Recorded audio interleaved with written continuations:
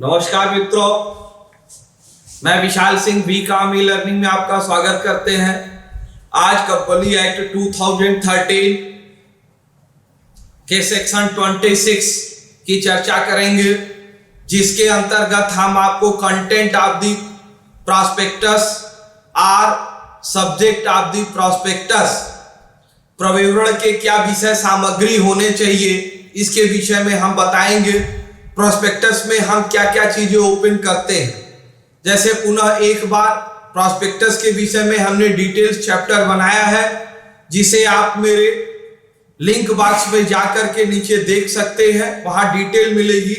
लेकिन एक बार स्पष्ट करते हैं, जैसे आप पढ़ने के लिए मित्रों, आप स्टूडेंट छात्र हैं, किसी भी कॉलेज में जाते हैं एडमिशन के लिए, तो कॉलेज अपना जिस पेपर पे अपनी बिल्डिंग, अपने टोटल स्टाफ, स्टूडेंट्स का डिटेल आपको जो देती है, जिसे आप पढ़ करके यह बताते हैं कि यहाँ क्या फैकल्टीज है, कौन कौन सी क्लासेस चलती हैं, कब एडमिशन, कब एग्जाम, हमारा लैब कैसा है, क्लासरूम कैसे है, ये डिटेल्स वहां देती है। इसी प्रकार से आपको किसी भी कंपनी की इंफॉर्मेशन के लिए प्रॉस्पेक्टस प्राप्त होगा, तो वो कंटेंट में क्या चीजें देगा, यह हम आपको स्पष्ट बताना चाहेंगे। कंपनी सर्वप्रथम एक अपनी इंफॉर्मेशन आपको सूचना देती है। यह सूचना ROC के यहां इसे रजिस्टर्ड कराना पड़ेगा 90 डे में। यदि कंपनियां डीम्ड प्रॉस्पेक्टस के अंतर्गत, जैसा मैंने पिछले में बताया है, डीम्ड प्रॉस्पेक्टस इशू करती है, फंड राइजिंग प्रॉस्पेक्टस के माध्यम से फंड राइजिंग का काम करती है, वह इशू हाउस या मर्चेंट बैंकिंग किसी एक व्यक्ति को दे करके फंड का प्राप्त करने का प्रयास करती है, तो डीम्ड प्रॉस्पेक्टस को भी प्रॉस्पेक्टस का सब्जेक्ट मैटर माना जाएगा। बुक बिल्डिंग के अंतर्गत कंपनियां अपने प्राइस ऑफर को डिमांड मार्केट से पता करती हैं कि हम कितना कैपिटल जुटाना चाहते हैं, हमारा मार्केट में क्या है, जिसे हम प्राइस बिडिंग भी कहते हैं। वह मार्केट में अपने क्वांटिटी और प्राइस को क्या रहेगा बाजार में, यह पता करने का भी प्रयास करती है। इसके माध्यम से जो भी चीजें करती है, वो भी बाद में जो सेल्फ प्रोस्पेक्टस या RHP, वो भी बाद में प्रॉस्पेक्टस के रूप में माना जाएगा। प्रॉस्पेक्टस की रिपोर्टिंग ROC और सेंट्रल गवर्नमेंट को देना अनिवार्य। आज हम आपको प्रॉस्पेक्टस के कंटेंट्स के विषय में एक एक करके डिटेल बताएंगे, क्या क्या देना है। First, name and address, company का नाम, पता रजिस्टर्ड ऑफिस के द्वारा आपको देना है। इसके साथ यदि कंपनी में आपने CS, company secretary, chartered accountant, auditor या अंडरराइटर का अपॉइंटमेंट किया है, तो उसका नाम भी पता आपको देनी पड़ेगी। Second, date opening, closing, issue, declaration, allotment letter, refund within prescribed time. आप जो शेयर इशू करेंगे, वो एप्लीकेशन मनी के बाद अलॉटमेंट कब होगा, फर्स्ट कॉल कब होगी, सेकेंड कॉल कब होगा, उनकी क्या ड्यूरेशन होगी, यह डिटेल्स आपको देना पड़ेगा। Third, separate bank account detail, आपको मैंने बार बार बताया, आप जानते भी हैं, आज की डेट में शेयर यदि आप मार्केट में खरीदते हैं तो यह कैश नहीं हो सकता। तो किस बैंक में आपको पैसे देने हैं, वो बैंक का डिटेल्स प्रॉस्पेक्टस में एकदम क्लियरफाइड होगा। ओपिनियन एक्सपर्ट, अगर कोई स्पेशल ओपिनियन आपने ली है, जैसे ऑडिटर है या चार्टेड अकाउंटेंट है, तो उसके ओपिनियन भी आपको इशू करने पड़ेंगे। नेक्स्ट आपको बताना चाहेंगे कैपिटल स्ट्रक्चर, कंपनी की पूंजी की क्या स्थिति रहेगी। Main object of the public offer, company यह डिटेल्स करना चाहती है कि मार्केट में जो भी उसे सिक्योरिटी के रूप में, प्रतिभूतियों के रूप में आएगी, तो उसका क्या ऑब्जेक्ट है, minimum subscription amount payable, minimum subscription. Next share video में, शेयर के चैप्टर्स में मैंने बताएंगे कि कम से कम कितनी राशि आपको प्राप्त करनी है अमाउंट एप्लीकेशन मनी पर। यदि उससे कम आप प्राप्त करेंगे तो वह जीरो माना जाएगा।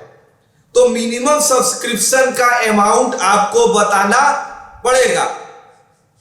नेक्स्ट है detail including the opinion of remuneration director. किसी भी कंपनी के यदि डायरेक्टर की ओपिनियन है, डायरेक्टर का अपॉइंटमेंट है, डायरेक्टर की रिम्यूनरेशन है, क्या करते हैं, ये सब आपको देनी पड़ेगी। नेक्स्ट प्रोजेक्ट, कंपनी अपने प्रोजेक्ट्स का डिटेल देती है, इन फ्यूचर वह क्या क्या करना चाहती है। प्रोस्पेक्टस के अंदर कंटेंट में एक चीज बहुत इंपॉर्टेंट है, क्योंकि मैंने बार बार कहा कि यह फंड राइजिंग का काम करती है। तो अब फंड राइजिंग के अंतर्गत आपको कंपनी के फाइनेंशियल पोजीशन को जानना अनिवार्य है। नेक्स्ट हेडिंग हमारा रहेगा purpose of the financial information. भैया आप पैसा लगाए, कंपनी जाने ही ना कि कितनी प्रॉफिट हो रही है, कितना नहीं हो रहा है। फिर किसी की स्थिति इन फ्यूचर क्या देखेंगे, पहले बैक देखेंगे कि पीछे में कई वर्षों में वो प्रॉफिट पाया है कि नहीं पाया है। 2-3 साल की अगर नई कंपनी है तो उसकी क्या स्थिति है। 3 साल से वो कंपनी अगर लॉस में जा रही है तो क्यों आप पैसा लगाएंगे। हम तो कहेंगे कि आप मत लगाइए।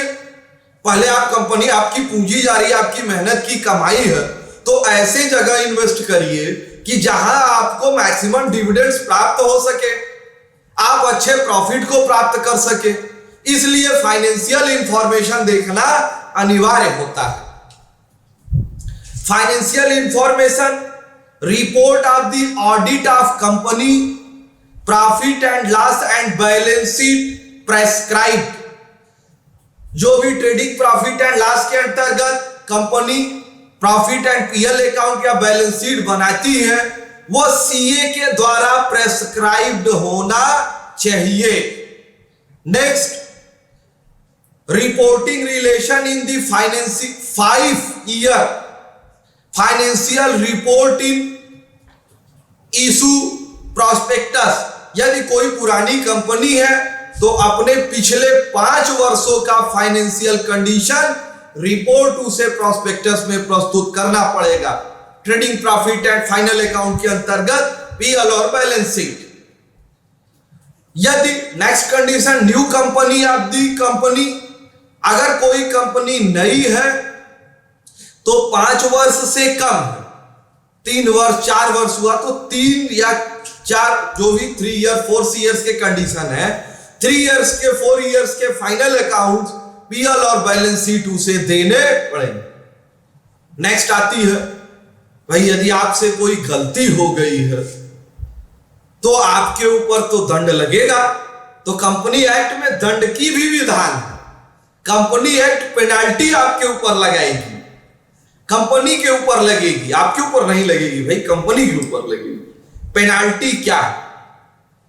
यदि कोई भी प्रोस्पेक्टस में आप लिखने से कोई भी चीज त्रुटि पाई जाती है, असत्य कथन होता है, मिस स्टेटमेंट होती है, तो उसके लिए आपको मिनिमम 50,000 मैक्सिमम 3 लाख रुपीस तक का अर्थदंड, इकोनॉमिक पेनाल्टी, पैसे के रूप में पेनाल्टी लगाई जा सकती है।